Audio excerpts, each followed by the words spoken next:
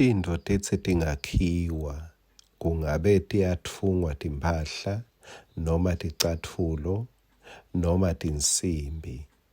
Etimpahleni uyaye ukhandze kubhalwe le label lethi made in Eswatini noma made in South Africa noma made in China. Tonke tintfo tinale mibhalo lekhomba ukuthi takhiwe kuphi. Livi leNkosi lithi tonke tintfo letinhle, tonke tipho letinhle tichamuka ezulwini. Every good and perfect gift in a label lethi made from heaven. Kusho ukuthi wathola into lenhle mayingachamuki kuNkulunkulu ayisiyinhle lento leyo, itakuphatha kabi. Wadla into lemnanzi kanza ukaphiwa lizulu, leyo nto leyo ayisimnanzi, ngoba konke lokuhle nalokumnanzi kuchamuka ezulwini. Nasi ngwaselusuku sakavuka udle, angikuhlephulele ngiyathi ukuthi kuleti khathi bantfwana labanengi bakaNkulunkulu basesizilweni. Angathi-ke wena noma uyasicala noma uyagcina noma usekhathi naso, kepha lengicela kukusita kuko ukuthi ake ufune kumati Kristu. Ngetulu kwekufuna tintfo takhe, ake sewufune kwati yena umnikati wetintfo. Encwadzini yabaseKolose 1 verse 15 na 17, indvodzana ingumfanekiso waNkulunkulu longabonwa ngemehlo enyama, futhi ngiyo yematibulo ayo yonke indalo. Ngicela unake esingisini lithi who is the image of the invisible God, the firstborn of every creature. Kusho ukuthi ungaboni konke lokudaliwe kuna Kristu, ngoba kuze kuthi konke kube khona kubangelwa ukuthi sekukhona yena. Bese lo verse 17 uthi yona ikhona nchandi kwako konke, tonke tintfo time ngayo.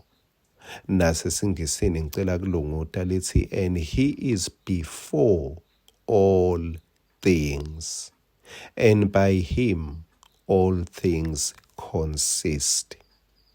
Mawembatha kukhona lokwembatha kwekucalela, akufani neliswayi, ngoba liswayi mangabe kumbe solukhohliwe ekudleni kukhona tigaba la ungalifaka khona ulwengete kuchubeke kuvakale.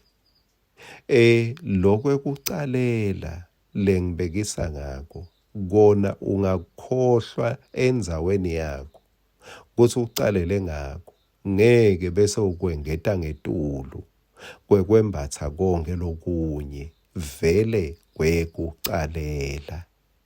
Livi leNkosi lithi Christ is before all things.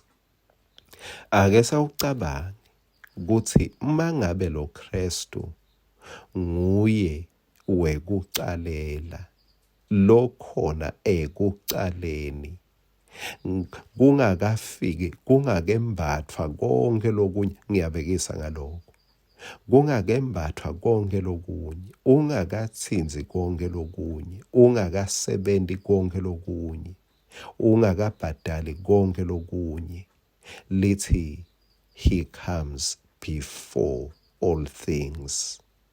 Ake sesikwezame lokumpractice before all things.